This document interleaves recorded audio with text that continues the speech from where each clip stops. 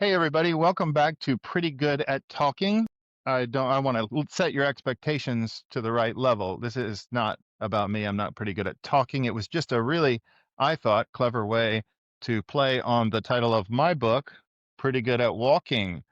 I promise we have a good show for you today. We get to talk to Lauren Roerick, but you'll have to wait for that. The sponsor of our show, and they have deep pockets, is Pretty Good at Talk, my book that I wrote about my family's, that's it right there, 2018 hike of the Pacific Crest Trail. It was a wonderful adventure. It was wonderful to get to write about, but this, my book, is just the story of our trail. It might help you if you're trying to walk a trail, but mostly it'll help you think about what it would be like to walk the trail with 4 kids and your wife. Or, you know, anyway, enjoy that. But there's a person with me today. So excited. Lauren Roerick wrote a book that actually could be helpful to you if you're trying to hike the HexaTrek. We read it and it was very good for us. She did more than just write about the HexaTrek. She also wrote about how to prepare for through hiking in general, and it was really wonderful. But Lauren, why don't you tell us about yourself? Thank you for that very kind intro. Yeah, I'm Lauren. I am a long distance backpacker, I guess author, speaker, and just general social media YouTuber, maybe. I like to walk and I've been doing a lot of it lately. So yeah, I hiked the HexaTrek in 2023 and was sort of the first like public cohort to go and do that. So they created the trail in 22 and then sort of released it into the wild. And so I was the first class of hikers to hike that as as it was out freely into the world. And so I had a great time. Yeah, hiked it solo, but of course made lots of friends along the way. And then at the end of it, decided to write about my experience in a guidebook that just sort of with the hopes that it would make it easier for other people to also hike that trail and love it the same way that I did. So it's a bit about how to prepare for a long distance backpacking trip in general, the gear, the stuff you'd need to know, sort of the mental attitude you should have going into it, as well as more practical advice for the HexaTrek itself, navigation, getting around, what the stages look like a little, there are pictures of maps. Don't use those maps. Use a real map. But if you wanted to hike the HexaTrek or you think you might want to hike the HexaTrek, that is a great starting point to sort of see if it's up your alley or not.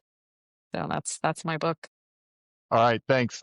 Lauren, you wrote the book on the HexaTrek, literally. I'm so excited to talk to you about it.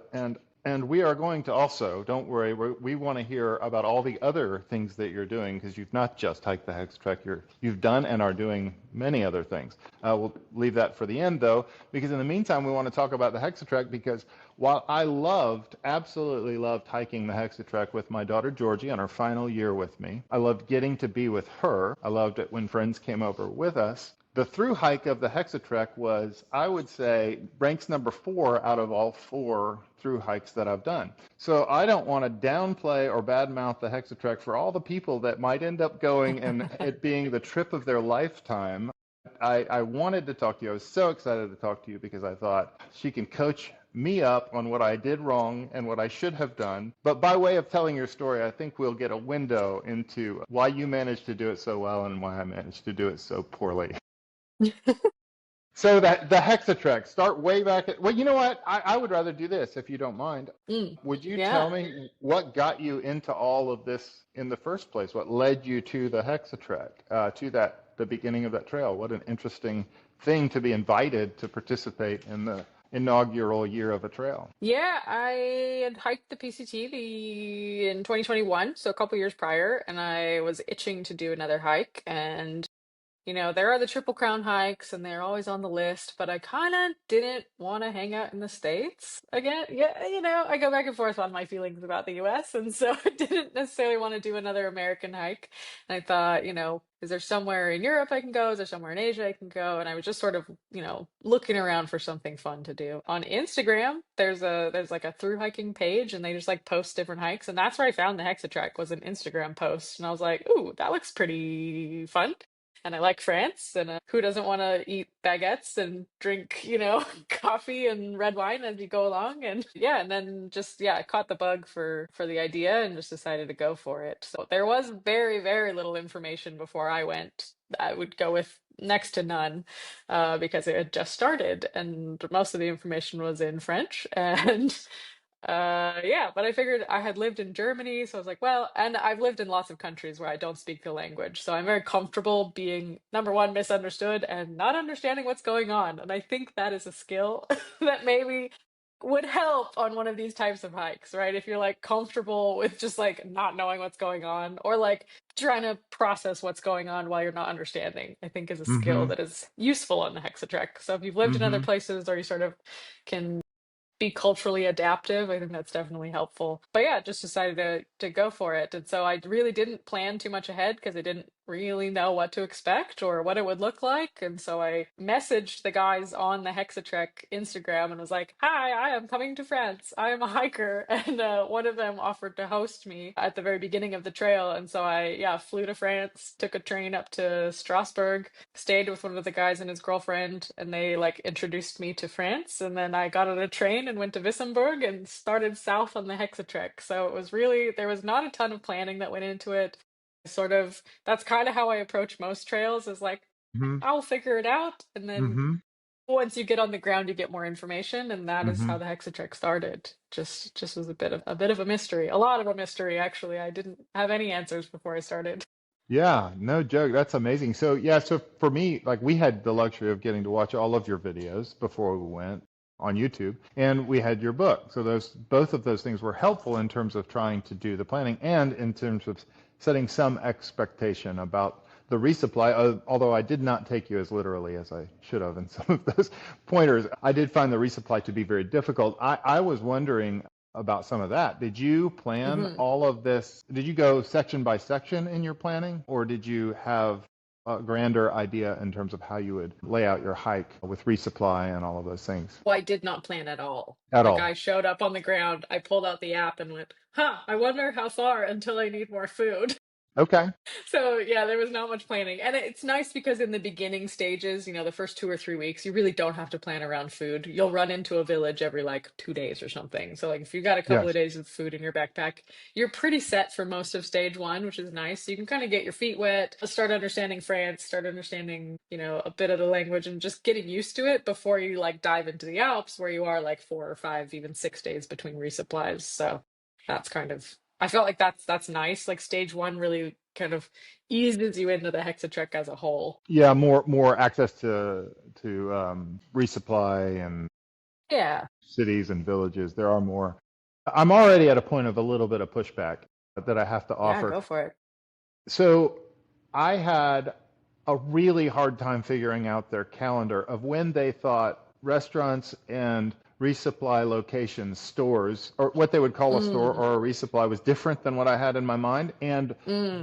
their sense of when a store should be open was different than mine as well. So I'm wondering how you navigated that. So I guess maybe that's a benefit from me having lived in Germany is because that schedule is like a pretty standard European grocery store schedule where they take a little break in Hmm. the afternoon and Sundays they are closed.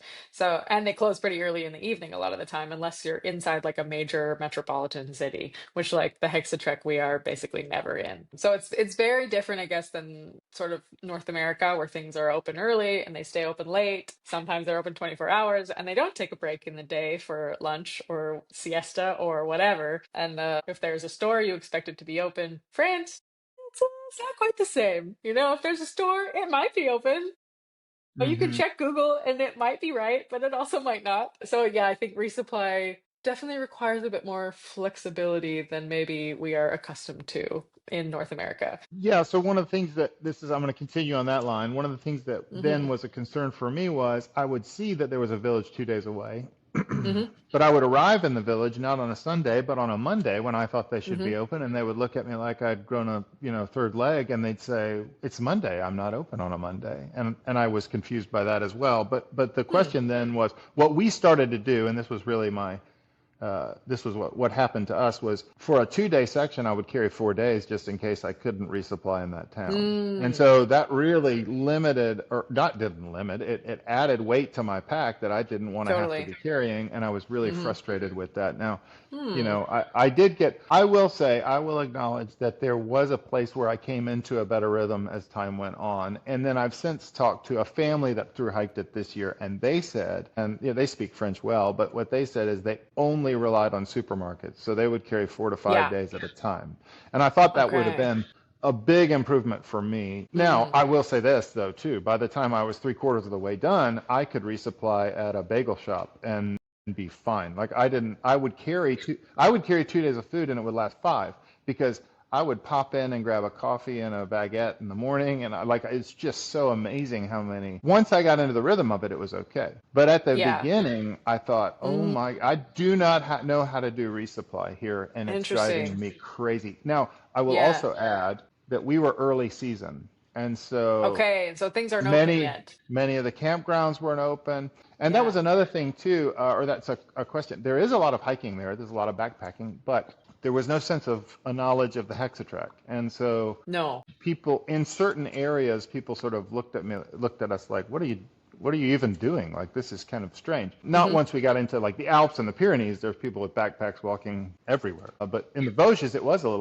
little less, so I found. And so Definitely. that actually ties into this question is, what about your charging your electronics? Because you had to carry a lot because you're doing all of the video blogging, and I found it very difficult to get into a town where shops are open when they want to be open and find ways to charge. And I remember in one of Mm. your videos, you found one at a fountain, and I was like, I've got to Hmm. find that charging that outlet. But I did find Yep. that they were less there was a less generous use of charging ports. There weren't that many, and Hmm. then their lack of being open has often also made it difficult. Did you have a strategy that you developed for recharging, or is that just not even a problem you encountered? I don't really think that was a problem I encountered. I do remember a few times where, as I was resupplying or something in a grocery store, I would hand her my power bank and my plug and say, "Could I plug this in?" And they would plug it in until I was finished shopping. Come on. But How did you do that? You have to get what's in French? What do I say? Do I just no, dance I and just point go, or "Flag, please." And they go, "Okay." I don't know. Maybe you need to look more pitiful. I don't know.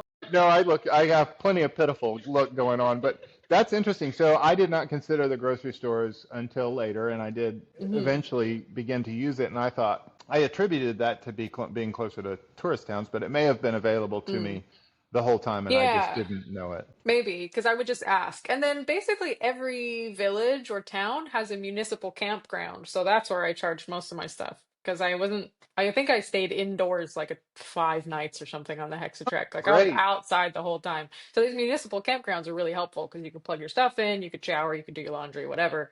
Hmm. While also being pretty budget friendly because some of them were only like €8, which was Yeah, nice. that's very good. How did you resource Yeah. those and discover those municipal campgrounds when you were on the way into a town? They were usually on the app, and if they weren't, Okay. I was using Google Maps. So I was always Okay. going back and forth between Google Maps and the HexaTrek app because I found that the HexaTrek app wouldn't always have all the grocery stores listed or all the Hmm. resupply points. So I would be like cross-referencing and like looking up different things kind of outside of the app because it didn't always have everything. Hmm. That probably is an area where our trip was different because we were early season. So we would come into a town and we would walk into a place that was just closed and it wasn't yet open for the season. So that Interesting. When probably did you affected us in start? the May. We started in May, Okay. like Yeah, early because I May, I started think. end of Maybe May. April, end Yeah. of April, sorry. End of Okay. April Yeah. is when I started. And so because we did May, that we did April and May basically, well, actually to about Hmm. mid-May, Bogus, then skipped down to the gorges, so we were way ahead there too. And then we were ahead in the Gotcha. Yep. Pyrenees, and then we were about right on time in the Mm. Alps finally. Okay, so I wonder if some of that had something to do with why you had 100%, less yeah. fun. Yeah, I think we're going to find that generally it's my bad attitude that's the problem, but it it might be. also could have been, there could have been other contributive factors as Yeah, well. yeah, yeah, yeah. Anyway, so was there a point at which you like how did the experience line up with your expectation? And sort of, there seems like to me in Hmm. all of my experiences, there's sort of a point at which you go, now I'm kind of hitting my stride and liking this. How did that, Hmm. how did you grow into this trip and the experience of it? Was this a different way? Did you see more things? Because you said you'd been in France before. How was this different for you? I'm asking I'd five never hiked questions. in Pick France anyone. before. Yeah, right. Yeah, so I'd been to France before, but only in the like tourist capacity. I'd been to Paris, I'd been to Cannes, Okay. Nice, those kinds of places. So I hadn't hiked in France before. So I was just so intrigued by how quickly the landscape could change. I found that really Hmm. fascinating. And it was cool to like, you're hopping in between Switzerland and France and like, oh, now you're in Switzerland, now you're in France, and just like finding, a weird little castle, or like, oh, there's some kind of like 500-year-old grave over here, or there's some like weird statue of Jesus in the middle of the woods for no reason. So I found that stuff just like really fascinating. And then um what was the rest of your question? Oh, there was, Something about there, hiking in France. There were well, so many of them. because so for me, yeah, so for me, it was like it's like you say, like it would change so fast. I would think, wow, it's Mm, almost like I'm in the southeast. I'm in North Carolina, I'm Virginia, and then there's this hmm. castle, and I'm like, what on earth? This is so amazing. And so I was really struck by Yeah. the architecture and fascinated by Hmm. the architecture and the history and what were these chateaus for? Were they summer retreats? Were they defensive? Like it's fascinating, and some of Yeah. those I just thought, man, I would love to know. And I didn't find much in the way of available resource, at least not in Mm, English, that I could find. But it was really fascinating and fun for my mind kind of to wander about that as I remember. But maybe you've done enough hiking that it didn't bother you, or that you didn't feel apprehension. But was there a point at hmm. which in France you thought, oh, okay, now I'm dialed in? I think that was my question. There we go. I think definitely by stage three, I really felt Hmm. like, ooh, like I'm a machine now. Like I did the Tour des Écrans like really fast just for fun to see if I could, and like Hmm. got super burnt out after that because I was like, I'm just gonna see how far I can push myself in a day over and Uh-huh. over and over again. You're doing like 2,500 meters in a day for like a week straight, and then by the end you're like, okay, I need to collapse. And Hmm. also I'm really grumpy. Yeah. But yeah, once I got into the Alps, I just like I couldn't believe how beautiful they were. I'd never been to Yes. the Alps before, and I just like I remember starting stage two, and like you kind of go from 0 to 100, right? Like Hmm. the Vosges Hmm. is so like chill, and like stage one is really like okay, no big deal, and then stage two starts, and it's like, would you like to like just climb a mountain all in one go? Like I don't know, it was so difficult, but it was so beautiful. I don't know, every corner, I'm like walking through wildflowers full of marmots. I'm climbing giant cliffs. It's like, I don't know, I just found it so magical and beautiful. And every corner I turned, I was just like, wow, I can't believe I'm standing here. Like, I don't know, I just really loved it. Hmm. Yeah, that's really good. I think that's true of our experience, although we did it a little bit different in terms of the Hmm. order. Okay, so I'm kind of always like circling back. So the Vosges, you're saying the Alps kind of is where some of that transition into, this is mind blowing Hmm. for me. Did you travel with other hexatrekkers I and run started by into groups of myself, and people? then yeah, kind of by the like a two-thirds of the way through stage one, I ran into a couple of hikers, Denny and Elliot, and I hiked with them for a couple of weeks into Switzerland, and then to the end of stage one. And then Elliot had to go home because he was just doing stage one, and then Denny and I continued to hike together, and we met, I think, one other hexatrekker named Mark, and the three of us hiked Hmm. together for a little while, and then eventually Denny and I hiked together for probably another month, and then we split Hmm. up just before stage four. So I did two and three with some friends, I want to say. And part of three I did by myself as well. We split up just to go like see different things and go different directions because the HexaTrek has so many sort of options and different paths you Yes, can take. yes. Okay, so this is where I keep thinking. Okay, if somebody's thinking about the Hexatrek, they're gonna encounter things they didn't necessarily encounter before. One of the things I think is fascinating, and this is part of why I think it was tough to build a trail and call it the Hexatrek and have people actually adhere to it, because there's footpaths everywhere. At home, if I take my Gaia app and I hit point A and point B and it draws trails, I have no idea if they've been maintained in 30 years. In Europe, they are, and there's so Mm, many options. And the Hexatrek is creating a route that they really like and they really define, and they do offer alternates, but there are so many options. yeah. Did you find yourself to be more of a Hexatrek purist, or did you kind of make it up as you went as well? I don't know if there's a way to be a Hexatrek purist because, Hmm. especially in 2023, there wasn't a pure route to follow because they didn't exist. Right? There were still so many alternates that there wasn't sort of one that everybody did, right? There was an alternate and there was the main path, but it was really like there was never like a, oh, if you took the alternate, then you didn't do the Hexa trek. So I Okay. don't, I think that's maybe that comes from like a North American perspective of through hiking. This like PCT, AT, continuous Yeah, footstep, yeah, it's yeah, always yeah, going to yeah, be the yeah. same path.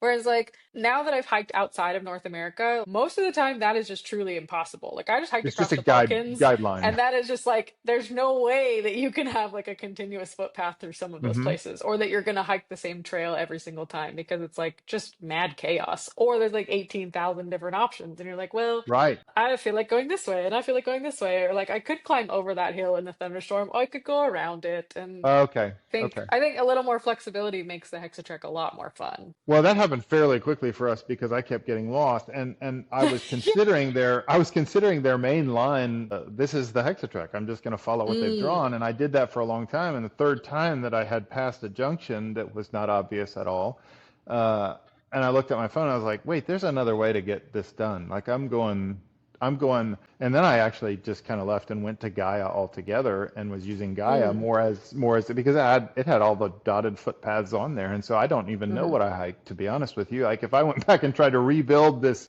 map of what I'd done, you would see that I followed it relatively cleanly through the Vosges about mm, halfway. And then after that, I was like, what looks cool? What looks fun? I think we'll do it this way, you know? So by the time mm. we were in, I mean, we did High Route Pyrenees for most of Yeah, that, which was yep, amazing. And so good. so we did more in the Pyrenees, and by the time we got to the Alps, we were like, we've seen a lot here, and we did what we called the cannonball run. It's like we Mm, just bombed the Alps, and we're running through the Alps. It was really fun. But anyway, okay. so that would be an expectation that I think would be reasonable to set. That's what you're saying is that Hmm. there are so many options, and not to get bound up with the main Yeah, idea of performing this trail. yeah, Uh, yeah. Take the alternates, do the side quests, see yeah. the extra thing. Yeah. Do you have any that stand out that you're like, oh, I would not miss that side quest? I mean, I did a couple of extra peaks in the Pyrenees. I think it was Peak de Canigou and Mm-hmm. Carly, I think, and those are really beautiful. They're not technically on the trail. They might be now, actually, because they kind of update the route every year with a bit of feedback Mm-hmm. from the last class, so those might be Mm-hmm. included now. But yeah, climb the extra peaks, or like Brush de Roland, I think it's called. That's like kind of the picture window in the Pyrenees. That's very cool. And like I took a train into Toulouse because I wanted to visit a friend, and like I also needed to pick up an extra pair of shoes, and I wanted to watch a rugby game, and Toulouse is where they play rugby. So I went out to Toulouse, and then I came right back to the trail, and like I just had fun with it. I was out there by myself, and it's really easy to just Yeah. bop around. I had some friends that were like had a cabin in stage 3, so they came and picked me up, and I stayed in a cabin with them for like 3 days, and they dropped me back off on the trail. And so little things like that to just make it a bit more social as well, because there were so few people out there that it was a pretty Yes. solitary experience a lot of the time. And be like, maybe I'd be with one other hiker sometimes, but I spent a lot of time by myself. So Mm-hmm. I think that was nice in a way, because I had so much freedom to just like bop around and be like, what's the Lauren Trail today? So Yep. Yep. yeah. Yep. Did it match up with your calendar expectations as well? Like, did you say I've got 4 months to do this? I've got 5 months to do this, and I just didn't kind have of. an end date specified. I figured I'd probably finish it in about 120 days, but I Mm-hmm. didn't have a hard out. And I think that's also helpful because I wasn't ever feeling pressed for time. I could take it, I had a 5-month visa, I guess. So that was my hard out, but like I knew Mm-hmm. it wasn't going to take 5 months. Mm-hmm. And it, yeah, ended up being 121 days. So it was pretty bang on 4 months. But yeah, I don't know. All right. So when you summited Canigou, the Hmm. peak to Canigou, and you knew that there was a way down, but you couldn't see it, what was that like? Did you come down that chute on the far side of it? I think so. I don't know, That it was was steepy, terrifying. but we left our pack down at the bottom. So maybe that was Okay. So did you yeah. go up, and then back Oh, down because to the there was shelter? like an over, wasn't Yes. there? Yeah, but we'd heard from other people that the trail wasn't very clear, and so we were like, oh, we'll just do up and down then, and go back in the Clear normal like route. snowy, clear like difficult. Clear like they couldn't find where it was, and we were like, bah, Yes. we Yes. don't care. Yes. I So can we just attest went, that. okay, yeah, we just went back down the same way we went up, because we're like, Yeah. we don't need to deal with that. Yes, it was terrifying. It really was. Okay, I okay, was trying yeah. to picture because if you had like I just can't imagine that moment like especially if you'd been up there alone. Like if you're walking Hmm. around looking for that chute, I looked down several options and thought this Mm. cannot be it. And finally the one that it was, I didn't believe it was it until we finally started doing it, and then it was pretty sketchy. I would not have wanted to do that, certainly by myself, but it sounds like you had people with you. So it would have been doable, but it was not, it was, yeah, definitely. There were things like that that I was surprised by. Yeah, there are a few like quite Um, technical sections that I was surprised yes, by. Like I was doing some hand over hand scrambling with my pack on in several locations, but they're usually labeled with like that pink exclamation mark that says, yes, "Hey, they look were, out." yes.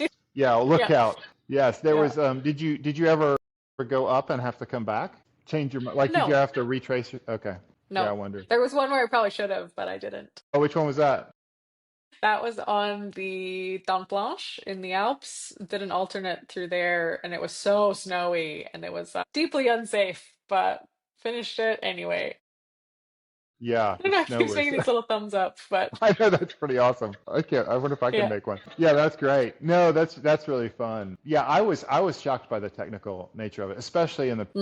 in the high route Pyrenees. Yeah, yeah, exactly. We But were we so came fun over and so beautiful.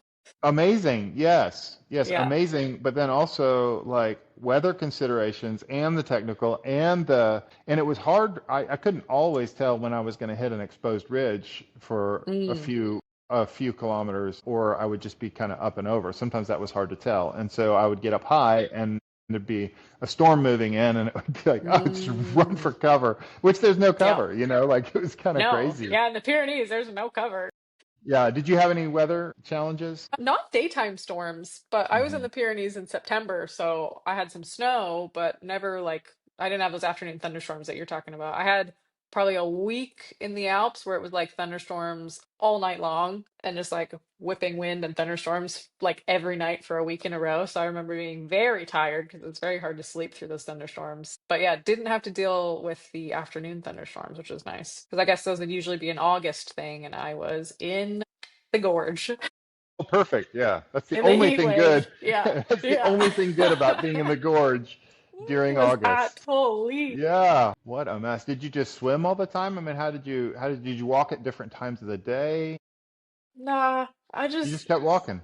I just kept walking. I didn't realize like it never crossed my mind to like skip a section. And then I like finished stage 4 and it's been like over 100 degrees the entire time. Yeah. And then I hear all these people that were like, "Oh, it was hot, so I skipped it." I'm like, "What do you mean you skipped it? Skipping No. bits of the You trail? can What are you do talking that? about?" Like it never crossed my mind to just be like, I'm gonna skip this. Oh, I was like, "Oh, I walked every mile of it. Oh, okay, I'm stupid." But also, then I got to see it. And yeah, I was in stage 4 pretty much alone that whole time. And so then I could just like if you're alone, I don't know, it's somehow like easier just to like suck it up. You just keep walking and just like be a little miserable and it's like, "Oh, whatever. Just Yeah. keep Yeah. walking. Whatever. It's fine." We combated the when we did have heat, and there was quite a bit. Like there was no need for so much of the clothes that I carried. Like the Mm. top layer, I probably never put my jacket on the whole time. Mm. What we did when we encountered the heat was we would stop at about 11 and we would start walking again about 4. Like we would stop for about five Mm. hours in the middle of the day. It was so miserable. Okay. I would Yeah. say if I had the gorges to do again, I would do the paddle both directions. I would do the northbound and the southbound paddle. Did you do you Yeah, did the right? I kayak, did. didn't you? I did. It was really fun. It was so nice Oh, because I could carry like heavy fruit. I remember I brought like an entire bag of grapes because I was like, I don't have to put it on my back. It's just gonna go in my kayak. oh, that's so great. That And was so yeah, you nice. did the southbound paddle. Yeah. Yeah, beautiful, beautiful. But the day before when I was walking in that or day before, 2 days, I don't know, whenever, when we were walking upstream past the other paddle, I did think if I had this to do again, I would find a hitch and I would And do paddle both that paddles. I would do both paddles, yes, Nice. It was without fun. It was a nice day hesitation. on the river. Yeah. What a day. Yeah, it was so beautiful. Who did you get your kayak from in that? What was the name of the town? Was I remember the name of the town? Started with a C. I don't remember. It's in Mm, my book. mm-hmm. Yes, that's right. Yeah. Buy the book Yeah. today. Yeah, right. But it was nice because I could just leave it at the end. I didn't have to wait for anyone to come pick it up. So I could just Oh, like so drop it great. off on the shore and just keep walking. And so that was nice. Yes. Yeah, Yeah. that's great. Yeah, what a neat experience. Okay, so Yeah. can you believe a family did that That's with wild. little Yeah. kids? Children. That's crazy. Tiny. A 9-year-old, a 7-year-old, No, a 4-year-old, a and a baby, four-year-old. and a baby. No, that's insane. I know. I That's know. like Good on them. Great job. Congratulations. Also, you're crazy. That's pathological. I don't I was understand. stunned. Yeah, I was stunned that they did. I was just And you thinking like, hiked with your kids, so like if you're I saying that, know. it must be wild. Yeah. I know. I just thought, well, just because some of those days and some of the experiences, and honestly, like I don't know, the most dangerous thing that I encountered was these Great Pyrenees dogs. Like I Hmm. was like, these things are not Yeah. nice, and No. you have to be careful when you encounter these like herds of sheep or whatever we call them, Yeah. flocks. Yeah. Yeah. So did you have what was your interaction with? I'll set this up Hmm. because we started to run into shepherds, and it was really interesting because one of the things that I think is really cool that's happening around here, families are getting excited about homesteading, and that's fun, and farming is Mm. hard, so maybe they won't keep doing it, but it's still a neat idea, right?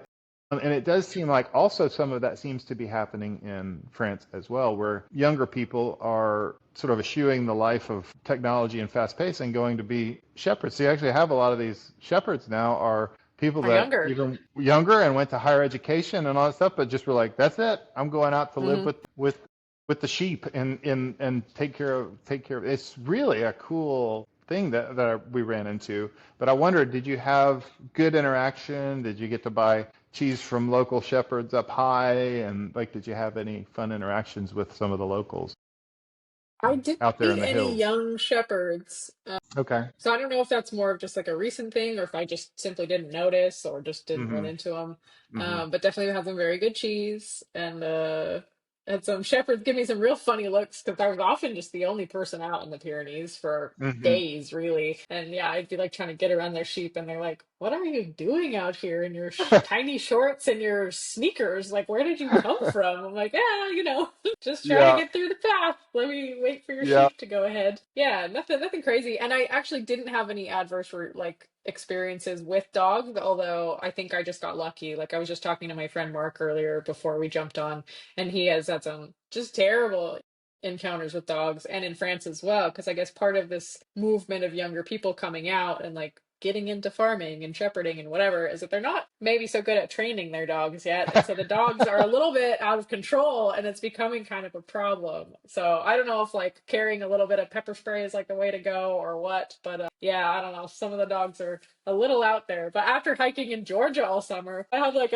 a different fear of dogs now. I'm like a little like wary No. around dogs. I've never had a fear of dogs, but Georgia, I was like, ooh, okay, these shepherd dogs are scary and they'll come after you. So I didn't love Yeah. that. Yeah, I guess we would have been in the Pyrenees, and then we came on a shepherd that probably was, I would say a 15th generation shepherd. He'd been at it a while, and he was older Wow. himself. I'm just guessing, but he'd been at it a while, and you could tell he knew his stuff. Well, we walked and were carefully sort of moving around his sheep, and the Hmm. dogs came and stood right. Two of the Great Pyrenees ran up to us and were growling and barking. And I said, hey, and he kind of called to his dog and whatever. And I said, wow, that's really amazing. They do, your dogs are, you have the normal interaction with a dog owner who's like, he won't bother you or whatever. Right. And his, instead of being that, was he does his job. And I was like, There you okay, go. Exactly. all Yeah, this right. is his job. He's not my pet. Yeah, it's a Well, very they've released different some. relationship. Yeah, they've released somewhat a Eurasian brown bear into the Pyrenees, and so the dogs actually have a Hmm. little bit more of a hefty More of a job. responsibility. Yeah. Yeah, they do. So anyway, so yeah, that was interesting. I thought that was really fun. Yeah, so like I would say, I am not a great and intent reader of a guidebook, but I felt like yours was good to give a real flavor for what to expect. Good, And good. and I thought it was good. And I think especially for a person, it would almost be even worth grabbing for somebody who's thinking about a through hike, because I thought you did a good job of prepping people for thinking through what doing a through hike would be like. Awesome. So obviously that was a section that we were a little more prepared for, and so I didn't need Yep. didn't need quite as Yeah, much. you don't need all of that yet. Yeah. Didn't need all of that, Yeah. but I thought you did it. I thought Right. it was Been there, done worthy that. worthy to do, because you don't know who's going to pick the book up. You Exactly. don't Is it want your people first to. through hike? Is it your 10th? I don't That's know. right. Yeah. Yeah, yeah. So that was really good. Well, tell us. So that's good. I think that's HexaTrek stuff. I think that's enough. I would like another do. If I were to go back, this is what I would do. Mm. This is what Hmm. I would do. I would drive the car around and see some castles in the Vosges. I would see. I would.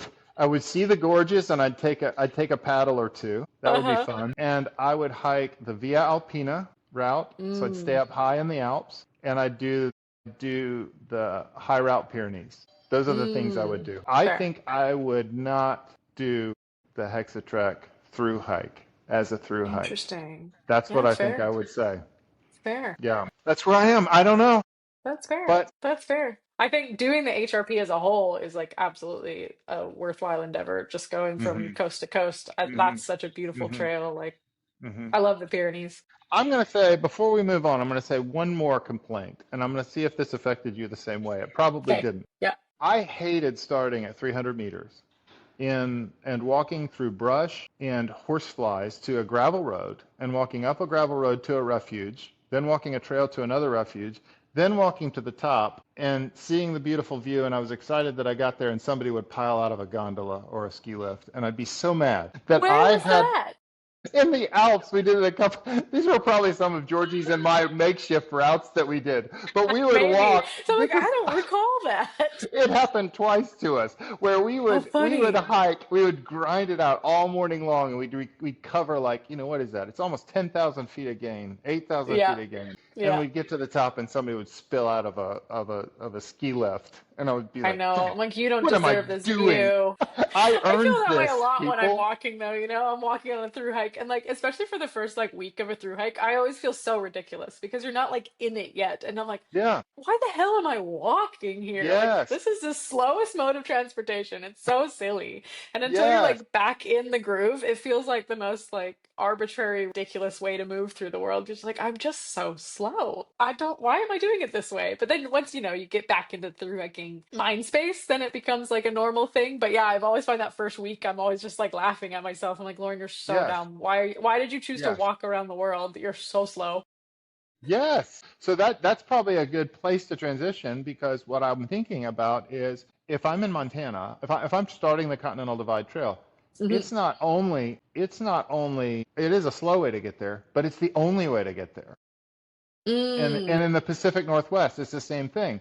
There's no road within yes. 30 miles of the border. It's only for Yep. walkers. It's Yep. walkers and horseback. That's it. And so it is intriguing to me that you have taken so readily to this world tour walking thing, which Hmm. there are alternate modes of transportation. These places are really old. Yes. There's another way Yes. to get there. What are you Yeah. doing, and why do you love it so much? There you go. That's the Yeah. question. Yeah, no, my dad asked me the same question while he's on a pilgrimage with me. He goes, "Wait, we could have taken the bus?" And I was like, Hmm "Yes, we could have taken the bus, but you hmm wouldn't have seen all of the silly things that we got to see all day." hmm And yeah, I think on foot, not only is it like ecologically very responsible, environmentally responsible, it's just such an intimate way to get to know a space, right? Like there are things and people and interactions you would never have if you were just like zooming through on a bike or you like went through on the train town to town. And like there are places, there are so many places in France that not even like the most well-traveled French person has seen that I have gotten to like hmm steep in and experience and like be a part of. And I think it's just for me, it's just such an intimate way to view and be part of a place. And I like the idea of slow travel. I've always liked it. I don't hate the like 2 weeks to do Europe and we go from Spain to Italy to France. And you're like so busy, and by the end of it, all you have are these pictures and you can't remember where they came from. And so for me, I just love the process of slow travel and the time it gives you to meditate and to contemplate life and to sit and have a coffee with a stranger, and you're just moving at a different pace. And I think hmm for me that's part of the point is like my life, back home or wherever is often like so fast paced, right? I've been hmm I've done the corporate thing and it's very fast and I've got employees and I have people asking me questions. I have things happening all the time. And then I can get on trail and be like, "Oops, sorry, I don't have any cell service. I'm going to sit on a rock." Like that's so nice. Exactly.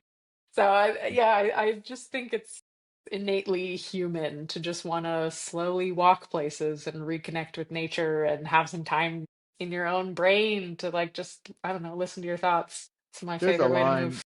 Yeah, there's a line. There's a book that's kind of a coming of age story where this guy sort of pitches several master's programs and they reject him each time. And then he decides he's going to go do it on his own. And his master's was going to be about coming of age ceremonies and coming of age rituals and Mm, cultures. And so he just walked out his door on the East Coast and walked to the West Coast. And one of the lines in it that I thought was really striking, it's called, what is it called? Andrew Forsthoffel is his name, and I don't Hmm. remember the name of the book. He says at some point, it just sort of like it creeps up on you, this sort of change of pace. Like it creeps up on you, and all Hmm. of a sudden time is different. When we hiked the Yes. PCT, and we'd wake up in the morning and we're 5 miles from town, I'd be like, oh my gosh, we're in town, we're practically there. Yeah. When we get home and the kids have a soccer game in Jacksonville, it's a 2.5 hour drive, and I feel like you're making me pull my eye teeth. Like I do not want to go 2.5 hours away. But I was 2 hours away from town and I thought I was And you right there. felt So like you were right there.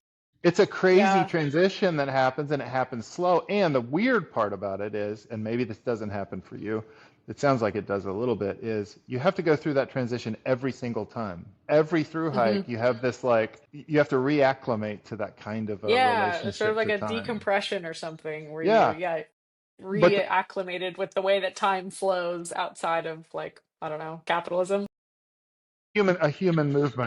a human movement that's unaided by that kind of technology is Yeah, really neat. And that's what exactly. he said. He says at his throw, it's kind of a throwaway line, but he just said life wasn't meant to be lived at 80 miles an hour. And I thought, oh, Yeah. that feels right to me. And it takes marching to the other side of that transition to begin to feel that, I think. And it really is Hmm. something. So you finished the HexaTrek. We don't have to do this chronologically, but I am intrigued by how it is that my understanding is that some of your tours are orth orthodox in the sense of they've been done before. Some of them you seem like you're Hmm. just kind of pulling them out of thin air and being like, hey, it would be fun to do a tour Yep. here or whatever. The Lauren Roerick process of developing a new tour.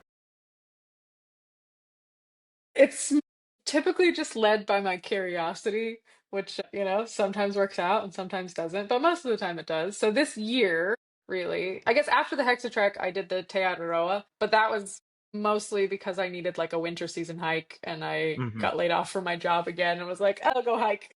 I got a nice little bonus from not having to work and was like, oh, cool, I could go spend this on another through hike. So I did. But it's funny because I did not like the Araroa, and that's a whole different Okay. topic. But I didn't love it. I didn't love it. I'm I felt excited like to hear that. I thought you just kind of acclimated to everything and loved it everywhere you went. So I'm really I excited just, to hear. yeah, I felt like it just avoided all of New Zealand's most beautiful places. And you'd like just Hmm.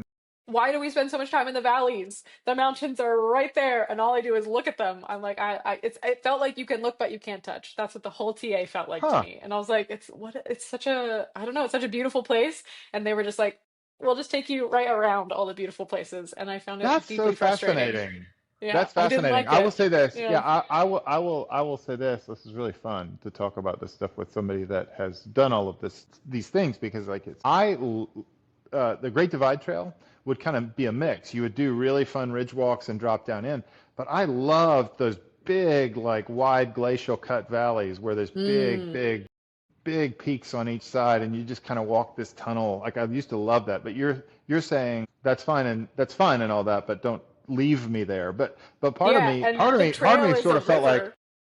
yes, well, that's true. So That your is feet are it. wet. Well, My and feet were wet every single yeah, day for 3 months. I never eh, had dry socks, never dry shoes. yeah, I stank. It was uh-huh. terrible.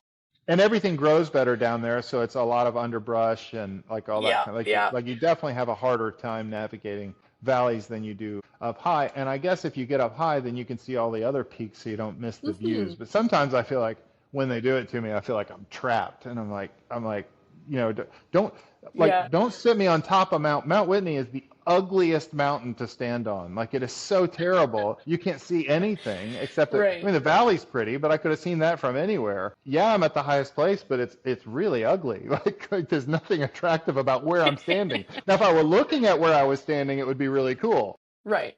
Yeah, So but anyway, these that's rocks it. under my That's feet. interesting. Yeah. Yeah, So yeah. so yeah, that's it. That's interesting. So you felt like do you think that they could have just with a better balance done it more so, kind of hit you high route stuff? I think so. Okay. I have my complaints, but like I can understand why they do it the way that they do. If Hmm. you're in the valley, it's less maintenance because you can just follow the river. It's a country of 5 million people with limited resources on a Hmm. really long trail, right? So like Hmm. Hmm. I can completely understand why it is the way it is. Is there Hmm. too much road walking? Are you in the valleys too much? Absolutely. But, it is what it is. And some people love that trail. It didn't resonate with me. I just feel like there are Yeah. better ways to see New Zealand. I guess maybe how Yeah. you felt about the HexaTrek, so Hmm. it happens. Hmm. Sometimes it just doesn't Yeah. resonate with you. Yeah. And Could you that's how I just, felt about yeah. the TA. But also maybe that helps to solidify and send you off in the direction that you're participating in, where you're like, I'm done with traditional trails. Forget me, forget that. I'm going on my tour. Yeah, I like doing trails that not so many people have done because I like the surprise. So when there's Hmm. like everyone and their mother has vlogged the PCT and I'm like, I Yes. don't, I'm not, they've lost a bit of the magic for me because I know what to expect. Whereas doing something like, the 88 Temple Pilgrimage, I didn't know what to expect. I didn't know who I would see. I didn't know how it was going to go. And I like part of what I enjoy so much about through hiking, especially on trails that are less well known is the puzzle. Like I love the Hmm. mystery and the trying to Hmm. solve problems and the not Hmm. knowing. And I think that part makes a lot of people uncomfortable. But for me, that's like half the fun is like, I don't know what's going to happen. I don't know where I'll sleep tomorrow night. I don't know what I'm going to eat tomorrow. I don't Hmm. know. I'll just figure it out. And the figuring it out is like the fun part for me. Okay. So, when I drop myself in like Slovenia, like I did earlier this year, and like I have some semblance of a GPS track that's supposed to take me to Albania, I go, okay, we'll figure it out. And like it doesn't Okay. always work, but I like that figuring it out. That's the fun bit for me. Yeah, that's really neat. Now, this is, I have so many questions. We did the PCT Southbound as a family Mm-hmm. of six, which Wild. was really fun. I mean, I loved it. I loved doing it. Yeah. But I also found that no one was interested in our story because nobody hikes that trail southbound. Yep. So Yep. having done a thing that's outside of the norm, Mm-hmm. made it difficult for me because I really wanted attention, not for like, yay, I want to do a YouTube channel and make a lot of money. My kids were actually doing fundraising for particular causes. So I thought it would be really Cool. cool to vlog this and promote it and do all that. And it just didn't work. I couldn't garner attention because the thing that I was doing was not a thing anybody wanted to do. I understand exactly what you're saying about an oversaturated market. I would never, Yes. at this point, I don't know what you could do to make me watch an Appalachian Trail or a Pacific Crest Trail Yeah, vlog. I don't know truly. what you could do. I I don't will say know. the year after we did it, there's this guy, Second Chance Hiker. I don't know if you ever saw his stuff. Oh my gosh, I loved his stuff because I thought this is such a unique, and I appreciated the value that trail could have for him. So I was really Yes. drawn to his story. Like I thought it was really neat. But you're right. Like there's an oversaturated market, but there's also what you're doing, which is one, you're It's practically a like the complete professional. opposite. You're a professional through hiker, but who's going Yeah. to watch your stuff to learn to do it because they're not going to do it. Like No, they're not going to. yeah. The I think that's also part of, I guess, why people watch is because they're like, I will simply never do this, so I Oh, can watch gotcha. you do it. You know what I Oh, mean? yeah, yeah, yeah. They I'll can borrow like the live experience. vicariously through me or go, thank God she did that, so I don't have to. That's Or, I fantastic. think there's a Yeah. bit of that. But also like, as far as SEO is concerned, it's not searchable content. No one's No, looking up that's like right. Via Dinarica White Trail because no one freaking does it, and there's a reason. But now I know, and my curiosity is sated. So, it's Fantastic. just, Yeah, yeah, it's yeah, part of the journey. it's a declaration of the value of your genuine intent because this is not why you did it. No, And no. well, shoot, you came on this. You came to talk to me here, and there will be at least four people that see this. Heck yeah. And I hope they really enjoy it. I just Exactly. like talking. That's fantastic. Oh, Yeah. that's great. So tell me the names. Just give me summaries of the things that you've done since the Terror, so I get my head Mhm. around this thing that you're about. And then you can tell me Yeah. what's next. You can tell us what's next if you're willing. Yeah. This year, I started the year, I did the 88 Temple pilgrimage around Shikoku, Japan. That's about, I think, 800 miles and visits 88 Buddhist temples. And that was super fun. I took my brother with me on that one. And then from there, I flew to Taiwan and I cycled around Taiwan, which I had never done bike packing before. And I had a great time. And the friend that came along with me had a terrible time. And so it was a bit of a mixed bag on that one. I still haven't made the YouTube video because I am unsure of how to like tell the story because we had such a terrible time by the end. And then from there, I went and hiked the Via Dinarica from Slovenia to Albania. And then from there, I flew to Georgia. And my intention was just to like hike as much of the Transcaucasian Trail as I could before I needed to go to a wedding in Prague in September. And I had a friend come visit me, and he was not really in the mood to hike. He was sort of like, I'm on vacation. So we took it real easy and we did some hiking and like some sightseeing and just like had a good time visiting Georgia. And then while I was in Tbilisi, met another hiker who's on a walk around the world. And I was like, oh, I think we're going the same direction. And we like hopped on the trail together and then ended up scouting some new routes for the Transcaucasian Trail. And then also just like completing a good, like, I don't know, 400 kilometers of the Transcaucasian Trail or something. So that was super fun and like got my like through hiking fix kind of. Hmm. And then from there, I went and did the Santa Fe to Taos Trail in New Mexico, which was like not on my radar at all, nor was it in my plans for the year because obviously it's on the other side of the world. But I partnered with the Trek for that one, and so they actually paid me to go hike it. And I was like, well, if someone's gonna pay me to hike a trail, I'll I'll walk. show up. I'll hike it. And that was really beautiful. It goes through northern New Mexico. And yeah, that was really just fun to explore that. And it was like an 8 day kind of thing where I was totally solo and got to film and just like play around. And that was fun. And then I came back over to Europe and I did Spain with my dad and we hiked the Camino del Norte, which is like 800 kilometers long. And we had so much fun. And yeah, I don't know. We just had a really good time. And now I am taking a break. I am working and catching up on all my vlogs and then making big plans for 2026. I Oh can't yeah? tell you yet, only because I signed an NDA yesterday. Come on. Yeah, That's really it's a exciting. big project, so I can't That's tell you really yet. exciting. But yeah, How fun. so something real big in the works for 2026, mixed in with some other probably like smaller shoulder season hikes. The Arizona Trail might be on the list there for Oh like yeah. February. Yep. Yep. So we'll see if I can like fit it all in the way that I want to around this like bigger project. There's a guy that is doing it's all concept stuff, but he calls it the Eight Wonders Trail, but it really would be 12 if you put the GDT into it, and it would be an Mm, alternate route through that section of the country, and I think that would be really fun. It incorporates Arizona Trail, Hayduke Trail, some CDT, but yeah, I haven't done yeah. all the Utah stuff, and I would really love to do it. And I have some good friends that are out there. I really do. Not unwilling to participate in these international trails. The one that I really want to Hmm. do is down in Chile. There's one down Ooh. there that they were working on, and I think Hmm. COVID hit and they kind of put it on pause for a long time. That's the one Georgie and I were really eyeing for our international trail. And Okay. I would definitely do the GDT. That would be a fun one. I find their reservation system complicated and It's an untenable. absolute nightmare. Even as a Canadian, I don't want to hike that trail because of Hmm. that. And Hmm. it makes me angry because it should be so much easier to enjoy the Canadian wilderness and they make it so very hard. It makes me not want to be part of my own backyard. It's very frustrating. Well, I signed an NDA with some Canadians, and they did it in a way that was very manageable in terms of reservations. Their reservations were Mm, connected to places, but not calendar. The route they would have done was crazy. They just reserved the yeah. sites and were just walking and hid in bushes and hidden. I think Yeah. There you go. I wouldn't have thought it possible until I saw them No. doing it, and they Yeah. seem to do very well anyway. But yeah, Interesting. I can't.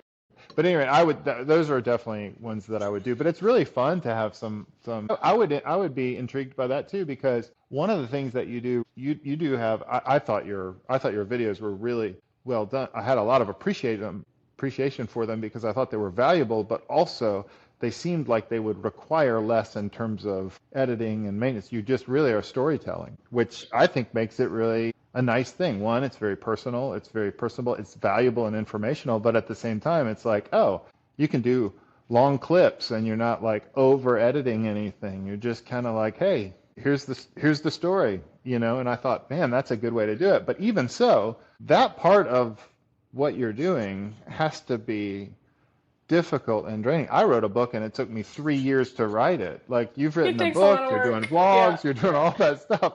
So how are you, like, I assume you don't do these things while you're hiking that much. The I vlogs maybe. try. Yeah, Yeah. the vlogs. Yeah. And then the Camino was nice because I'm like in a hostel every night, so I Hmm. actually have access to like internet and stuff. So there were some days, there were just a couple of days where like my dad and I'd be hiking. I was like, okay, I have to leave you because I have to walk fast because I have a call at 3 p.m. and I need to be in a Right, desk for it right, and stuff. right, So I'm like right. navigating all of these, like, because I've been working with some brands, I've been negotiating partnerships, I've been negotiating this like next year Yeah, thing. And so, yeah, yeah. I have to find ways to like take phone calls on the tops of mountains Hmm. sometimes and like, be CEO Lauren while also being like a gremlin in the woods. So it's complicated. Yeah, I just wondered about the weight of the responsibility of that. I think this is again, this is a compliment. I hate watching stuff that feels performative, and yours doesn't feel performative. And so Thank you. I appreciate that. that has to be a difficult thing to do, to try to figure out how to generate and deliver content that's helpful to people and valuable to people, Yeah. and not have it be false. And but Yes, but at the because same time, I also not take away from your experience of it. You're right. in a hostel generating content for an hour Yeah. of each Yes. day, and that means you're not really doing the full experience. So it's complicated. Exactly. So it's a tough balance. And Yeah. it's, yeah, I appreciate that you said that because something I struggle with is like, obviously, the things that like get lots of clicks and get lots of attention are the Mhm, really like over dramatized, I mhm, almost died and blah, blah, blah. mhm, But like, that's not my experience out there. And I mhm, hate portraying through hiking as this like really dramatic mhm. thing. I'm like, y'all, we are walking in the woods. Like, okay, yes, sometimes you run into a situation that's like dramatic or a little scary, but like, is it really that dramatic? It's That's right. not. That's Like, right. I hate falsifying that, and I don't want to make Mhm. it feel like all of this is such a big deal and whatever. Mhm. And so, yeah, there's sometimes difficult because, yeah, the things that get clicks are the like really dramatic things, like, oh, I almost died, and you're like, okay, but like I didn't. I don't know.